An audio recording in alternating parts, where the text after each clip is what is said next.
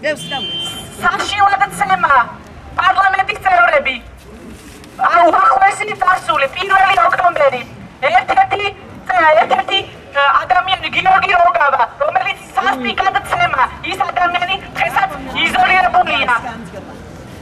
ყველას მოუწოდებ, მოვიდეს გოს და ის სირცხვილი ჩამობიებს. გუბერნატორმა გუნავამ შეყარა ვითომ პოლიტიკური ნიშნით განთავისუფლებული პოლიციელები, რომლებიც არიან სინამდვილეში კოხთა კოდუას, ადამიანის უფლების პირველი დამრღვევის, ადამიანის ბავშვის, 17 წლის ბავშვის დაგარგულიას გამაუპატიურებელი კაცი, რომელსაც სადა გაუპატიურება ამ ბავშვისა, ამ ბავშვმა მას ხელი დაარტყა და 20 დღე კოხთა კოდუა იწვა საავადმყოფოში. კოხთა კოდუას რეკომენდაციით მოვიდნენ ესენი აქ? ესენი არიან პოლიტიკურად განთავისუფლებულები? კოხთა კოდუამ, მეგის კარდავამ, გუნავამ შექმნეს პოლიტიკური პოლიცია, მეგობრებო. პოლიტიკური პოლიციის წარმომადგენლები იყვნენ ესენი.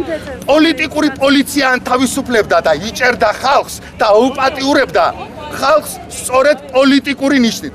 ზუგდიდი საზოგადოება სამეგრელო არ მისცემს გუნავას, მთავარ ზონდერ სააკაშვილისას და მთავარ პოლიციას, არც მეგის კარდავას და კოხთა კოდუას, რომლებიც გაქცეულები არიან და ხალხს ვერ დაენახებიან. აქ სააკაშვილის მოსვლისთვის დაგეგმილ პროვოკაციას. პროვოკაციაზე ჩვენ არ წავალთ და არც მივცემთ პროვოკაციის უფლებას ზონდერ გუნავას, ვაფრთხილებ გუნავას. არ გაბედოს ზონდერების შეკრება, თორემ მიიღებს საკადრის.